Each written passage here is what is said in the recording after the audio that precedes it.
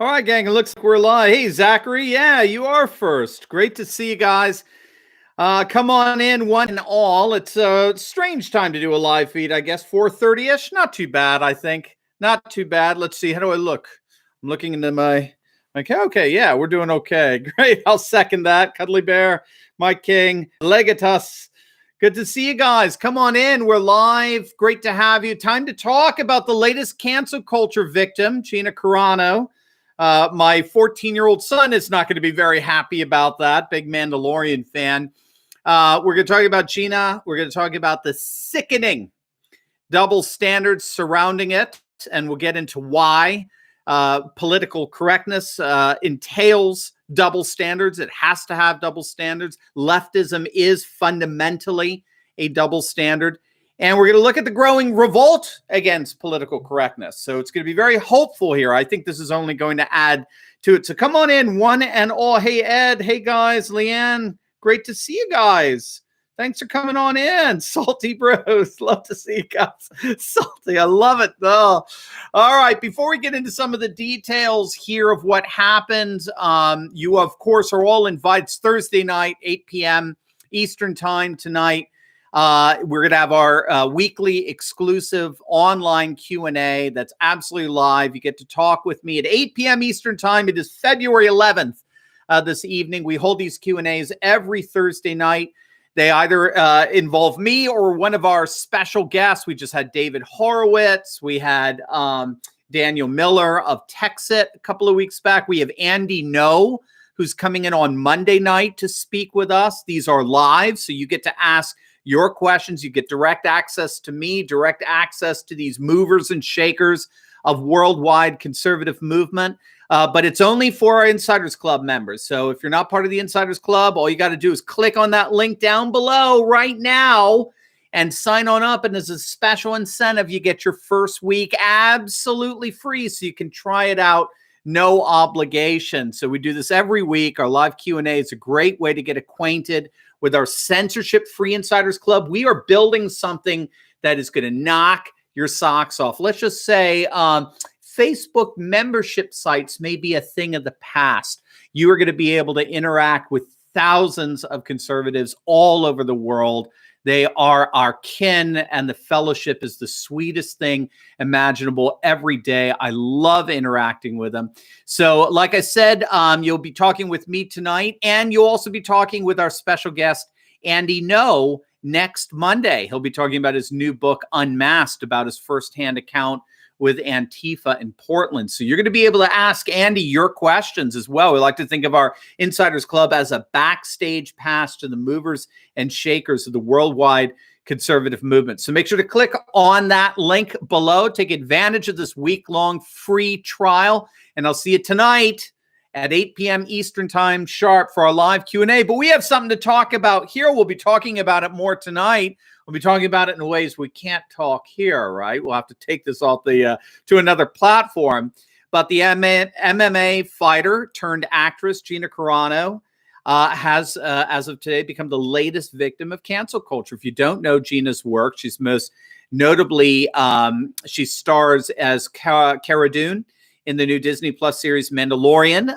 Like I said, my son is a huge fan of them. He makes me sit down every Saturday morning. We just watch through the whole thing. I think they've got 2 seasons thus far. She's been excellent. She's been in the Fast and Furious movies. I think she was in one of them. She's really made quite the career for herself, an athlete, actress. She is also a Trump fan. She is also very politically incorrect. And so the cancel culture left, who, by the way, if you'll catch our next video coming up today, who the nation of France is now officially distancing themselves from. That's going to be neat. You want to check that video out. The cancel culture left has come for her. They've gotten another scalp, and I'll just read it to you if you are not familiar with this, from the Hollywood Reporter. Gina Carano will not be returning to The Mandalorian or the Star Wars galaxy after sharing a post on social media implying that being a Republican today is like being Jewish during the Holocaust. What she did, I don't know if you know, she posted a photograph of a woman running away from Nazi soldiers on her social media. And then she drew a comparison to how conservatives feel today. I'll give you what she wrote on her social media here. She wrote, quote, "Because history is edited, most people today don't realize that to get to the point where Nazi soldiers could easily round up thousands of Jews, the government first made their neighbors hate them simply for being Jews. How is that any different than hating someone for their political views?" Now, regardless of what one feels about what she wrote in relation to the picture, a Lucasfilm spokesperson who Lucasfilm produces The Mandalorian, this is what they said in response. Quote, "Gina Carano is not currently employed by Lucasfilm. We canceled her." Okay. There are no plans for her to be in the future. She's gone. These cancelings, you notice these are deaths. They are permanent. Okay. They're social deaths. And then they go on to say her social media posts denigrating people based on their culture and religious identities are abhorrent and unacceptable. Okay, so that's what the spokesperson from Lucasfilm said. Her social media posts denigrating people based on their cultural and religious identities are abhorrent and unacceptable. Now, again, regardless of whether what she did is right or wrong is not an issue I'm even going to touch. Okay. But I'm sorry, regardless of that, regardless of how you feel what she did, that's not what she did, right? That's not what she did.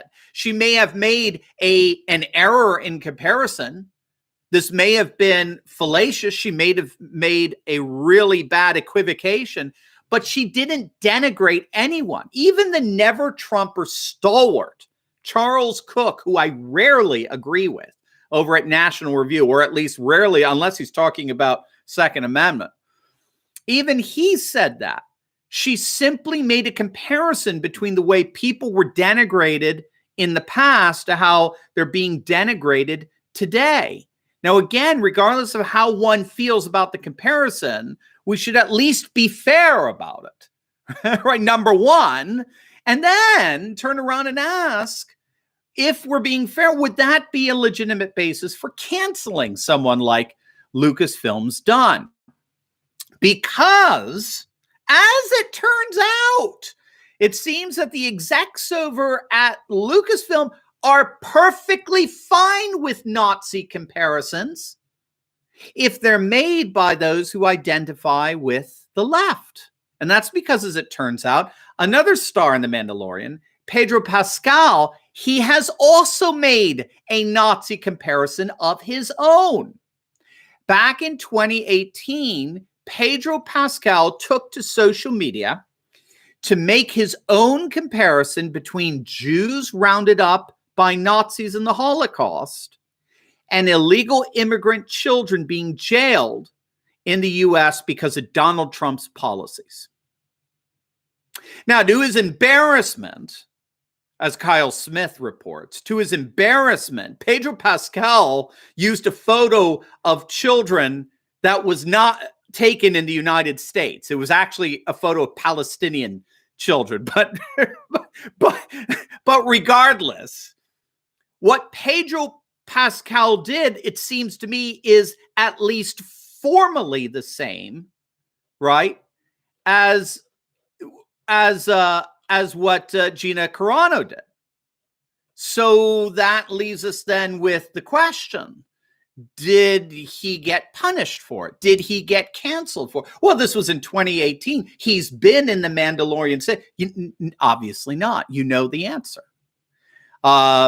He was not blamed for blatant denigration of people and their culture and religion in the way she was.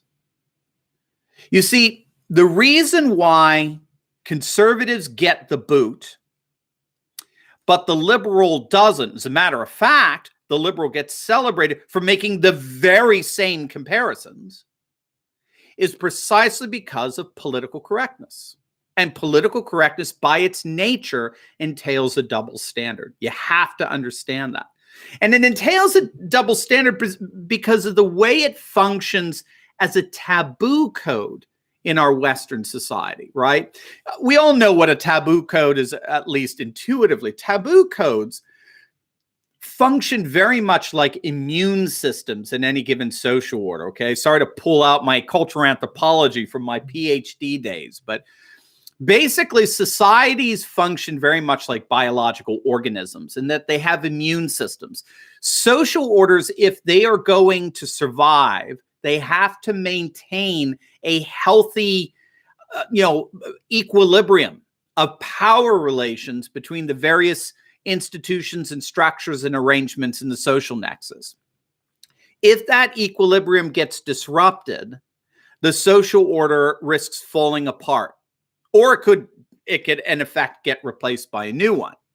And what cultural anthropologists have noticed is that what's essential to maintaining the equilibrium of a society is what we call a value system, a system of values that function to define what is considered morally normal and admired and exhorted, and this is key, conversely, what is considered morally reprehensible and what is stigmatized. So that's where the taboo code comes in. The taboo code in any given society functions to protect and preserve the equilibrium of power relations between the various institutions that together comprise a unique social order. This has been the function of political correctness. Political correctness is the taboo code of modern liberal leftist globalist society. Political correctness has one job and one job only, and that is to identify threats to leftists. What threatens a leftist hegemony over the social order? Number one. And then number two, it's got to neutralize those threats. And it neutralizes those threats by identifying them in derogating form, by identifying them as with these stigmatas of racist, bigot, sexist, homophobe, patriarch, white supremacist. Those are what we call stigmas that result once the immune system of a society kicks in and identifies threats. They're known as perturbations in the technical literature. What's a threat to society? It's that. What is that? In a liberal society, it's racists, it's bigots, it's sexist, it's homophobes. And political correctness is the value system that is generated to define and indeed to eliminate those kinds of threats. And so if you and I do not believe in leftism, if you and I do not believe in a leftist globalist world, we by definition are a threat. It's not that we're wrong. It's not that we have a different opinion. It's not that we see things another way. No, we're a threat. Silence is compliance, gang. We're a threat. And we have to be eliminated. And that's where cancel culture comes in. And so double standards are intrinsic to cultural Marxism. The question is not so much what did you do, because two people could do the same thing. They can make the same comparisons. The question is not what did you do? The question is what do you believe? Whose side are you on? Are you on the side of the new leftist order? Or are you a deplorable? Are you a domestic terrorist? Are you vile and evil and need to be deprogrammed? So the double standards, I think, that continue to be revealed through cancel culture in general, but in this latest particular cancel culture in particular, I think those double standards are utterly disgusting. They are blatant. They're abhorrent to the spirit of the constitutional values of free speech and free thought, which political correctness cannot be entrusted with. It will destroy them by nature.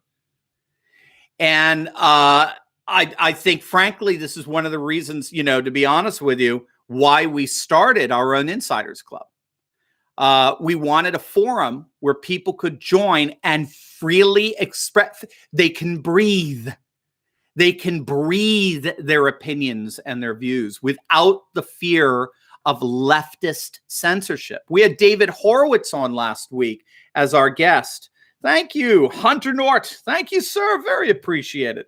Yeah, we had David Horowitz on as our guest last Thursday night for our live online Q&A. And he talked about how the Marxist left has always denigrated their opponents. They have to, because they do not allow dissent. They do not. Silence is compliance, right? It is this corporate state partnership, this corporation state oligarchy that dictates and enforces political correctness. Thank you, Theophrastus. Yes, the cult of wokeness, just fascism rebranded. That's how David Horowitz put it. I mean, it's totalitarianism in its nature. It does not allow for dissent, and political correctness is the value system. It's the taboo system that identifies threats to leftism and leftist hegemonic power over all institutions. It is, by definition, a double standard. By definition.